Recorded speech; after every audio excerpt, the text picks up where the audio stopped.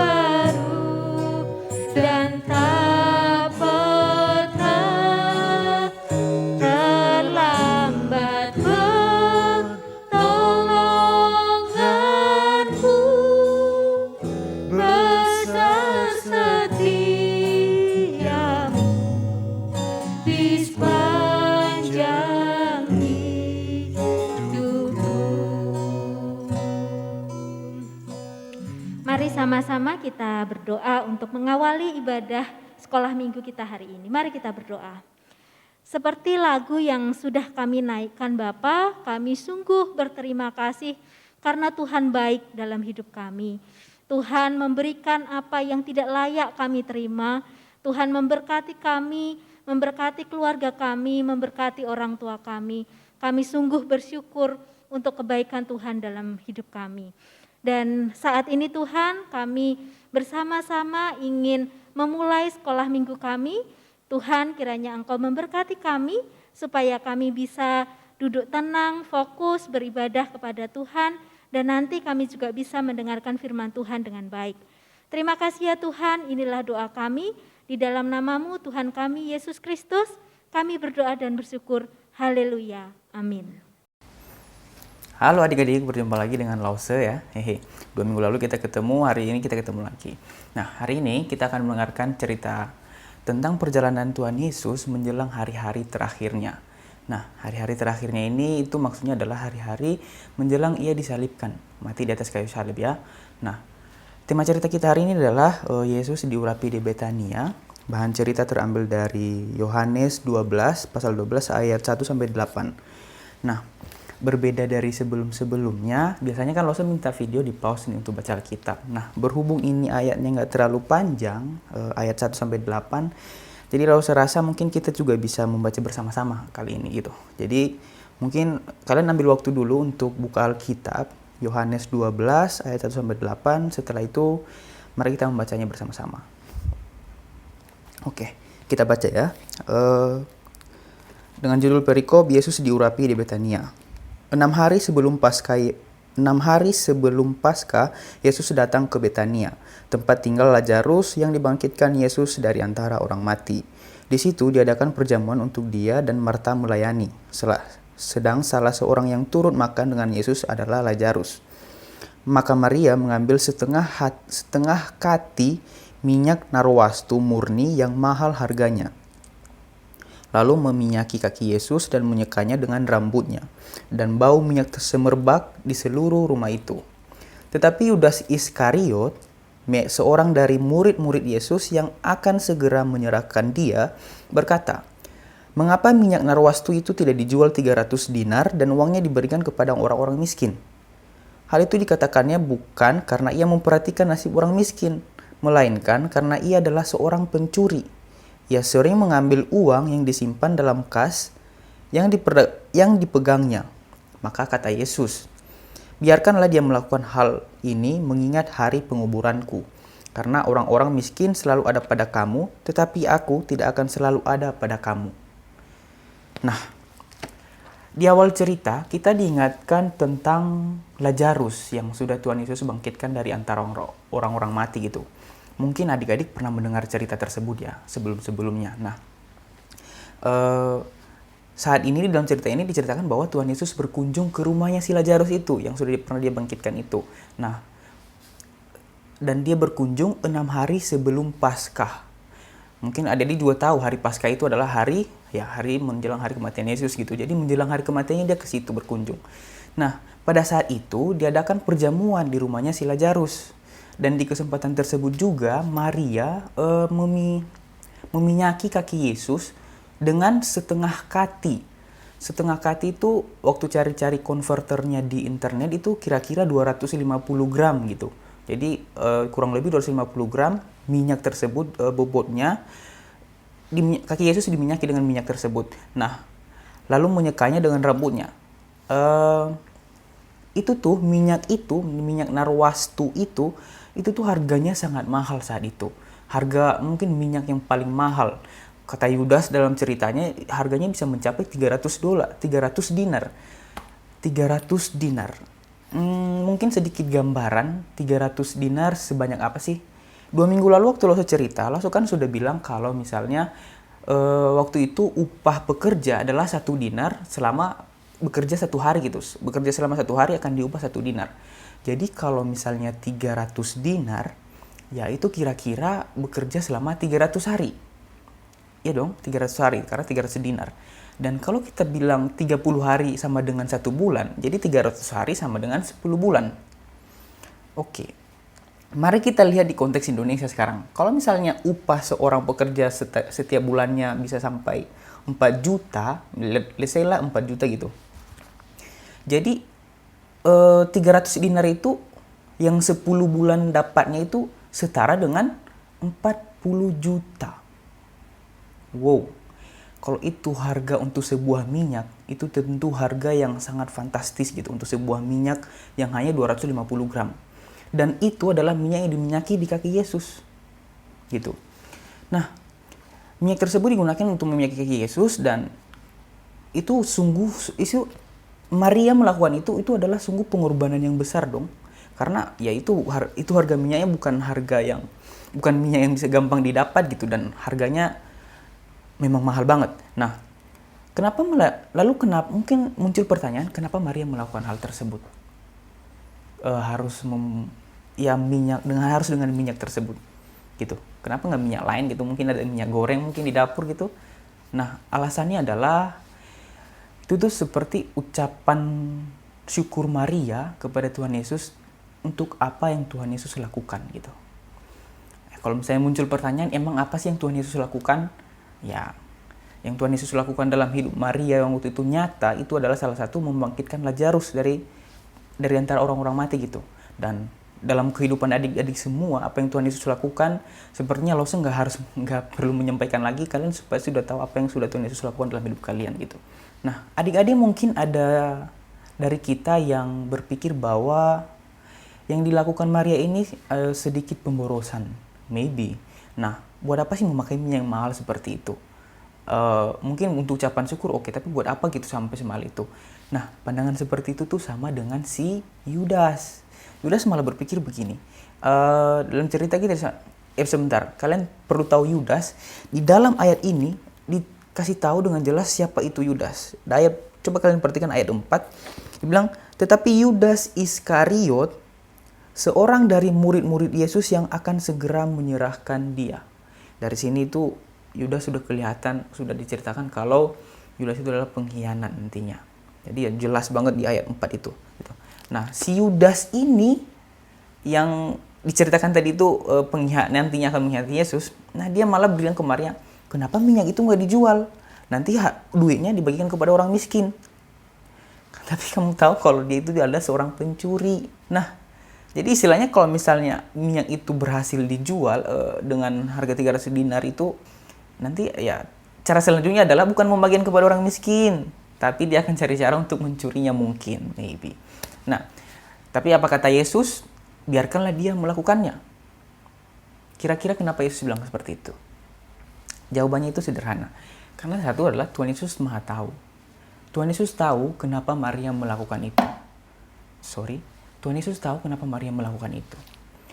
Ya, Tuhan Yesus tahu bahwa Maria ini tulus. Tujuannya ada. Dia ingin mengucap syukur kepada Tuhan. Dan Tuhan Yesus juga tahu apa yang Yudas pikirkan. Makanya Tuhan Yesus bilang, biarkanlah dia melakukannya. Apalagi jelas di ayat terakhir itu dibilang bahwa Tuhan Yesus biarkanlah dia melakukan hal ini mengingat hari penguburanku. Jadi makna Paskah udah mulai kelihatan dari sana, 6 hari menjelang Paskah gitu. Mengingat hari penguburan Tuhan Yesus, mendekati hari tersebut. Dan Tuhan Yesus menyampaikan juga, karena orang-orang miskin selalu ada pada kamu, tetapi aku tidak akan selalu ada pada kamu. Nanti kalau Tuhan Yesus sudah naik, jadi nggak ada langsung. Memang ada bersama-sama dengan kita, tapi tidak ada langsung gitu ya. Istilahnya kurang lebih seperti itu. Nah, apa yang kita bisa petik, yang bisa kita dapat gitu maknanya dari cerita ini? Ya, kalau misalnya yang bisa Lose sharingkan kepada adik-adik adalah jangan hitung-hitungan untuk Tuhan. Dalam hal apa Lose? Satu, misalnya dalam hal melayani. Ketika kamu punya bakat, mungkin bisa main alat musik, kamu hitung-hitungan untuk Tuhan. Gitu. Atau mungkin juga kamu malu-malu. Maria nggak malu-malu loh. Lagi ada perjamuan, dia tiba-tiba datang, dia meminyaki kaki Yesus di tengah-tengah orang. Dia nggak malu-malu. Kalau kamu malu-malu dalam melayani, jangan. Mungkin agak butuh sedikit usaha, tapi berusahalah untuk tampil gitu. Dan apalagi hitung-hitungan. Misalnya, nggak mau buang-buang waktu latihan, makan waktu untuk latihan, makan waktu untuk inilah segala macam. Aku nggak mau Jangan hitung-hitungan. Kamu mau Tuhan hitung-hitungan. Tuhan hitung-hitungan. Hari ini kamu hidup 8 jam. Oke. Kamu pasti nggak mau hal tersebut kan. Lalu juga dalam hal memberi persembahan. Ketika kamu memberi persembahan, janganlah berpikir, aduh sayang ya duit ini, jangan berpikir seperti itu. Berikanlah sesuai kemampuan kamu, apa yang untuk Tuhan adalah untuk Tuhan. Berikanlah setulus hati kamu ikhlas gitu memberikannya, bukan karena terpaksa. Oke, hal terakhir yang bisa kamu berikan kepada Tuhan lagi apa? Persembahkanlah tubuhmu. Jadi jaga kesehatan, persembahkan tubuhmu, jiwamu kepada Tuhan. Apa yang kamu punya, persembahkan semuanya kepada Tuhan, karena kamu bukanlah milik kamu seorang, tetapi kamu sudah ditebus dan kamu adalah milik Tuhan. Sekian cerita yang bisa Lose sampaikan minggu ini. kelihatannya singkat ya, tapi ya semoga menjadi berkat untuk kita semua. Ingat pesan terakhir tadi, jangan hitung-hitungan kepada Tuhan. Oke? Itu mungkin pesan yang paling. Dan berucap syukurlah seperti Maria. Ungkapan syukur Maria kepada Tuhan, dia melakukan pengorbanan yang besar. Lakukan hal tersebut. Banyak hal yang harus kita syukuri. Ya. Tidak harus terjadi hal sesuatu yang khusus mungkin selamat dari kecelakaan atau bagaimana, tidak. Banyak hal yang harus kita syukuri sama Tuhan. Bukan karena momen-momen tertentu gitu. Setelah kita mendengar firman Tuhan, kita berdoa dulu. Tuhan Yesus, terima kasih Tuhan untuk firman yang sudah boleh kami dengarkan, walaupun singkat, tapi kami mohon Tuhan biar firman itu benar-benar kami pahami dan dapat kami aplikasikan dalam kehidupan kami sehari-hari. Bantu kami Tuhan, kami manusia berdosa ini tidak mampu untuk melakukan semuanya itu tanpa pertolongan Tuhan. Terima kasih Bapa di surga, aktivitas kami selanjutnya kami mau serahkan ke dalam tangan Tuhan. Dalam nama Tuhan Yesus kami sudah berdoa dan bersyukur. Amin. Oke, jangan lupa mengucap syukur. Selamat hari Minggu. Sampai jumpa minggu depan. Baik, adik-adik sekalian, kita telah mendengarkan firman Tuhan dan kini saatnya kita akan memberikan persembahan kepada Tuhan lewat persembahan kita. Nah, persembahan seperti biasa bisa dilakukan dengan scan barcode yang ada di layar. Adik-adik bisa minta papa mama untuk membantu, dan untuk mengiringi lagu persembahan kita mau nyanyikan lagu Terima Kasih Tuhan.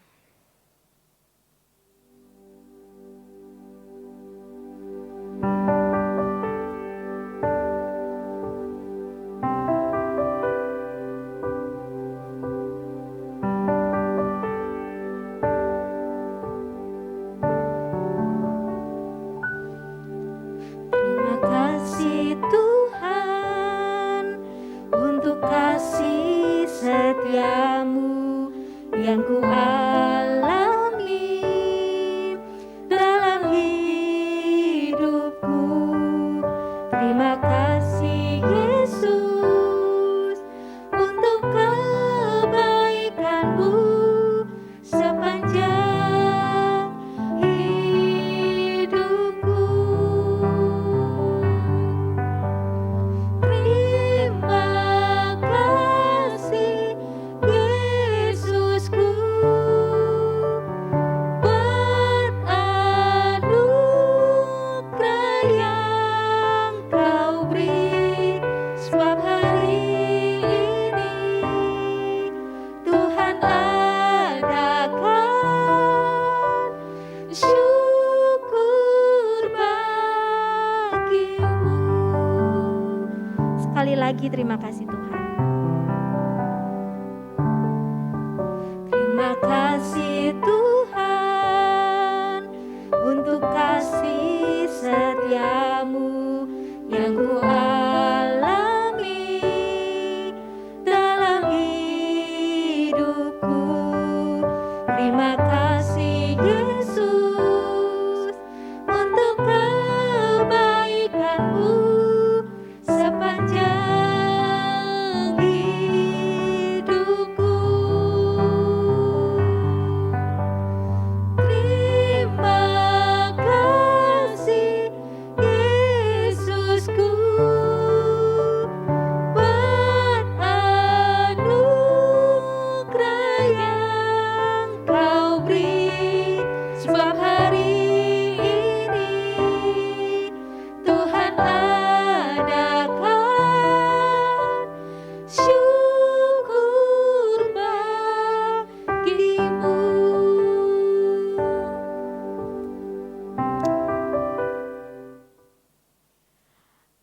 Baik, kita sudah ada di penghujung ibadah sekolah minggu kita.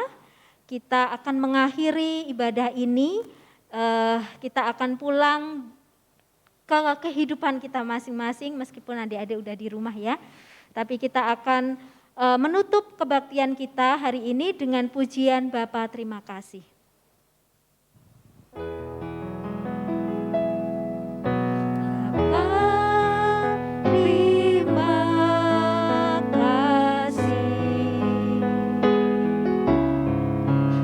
Bapa, terima kasih.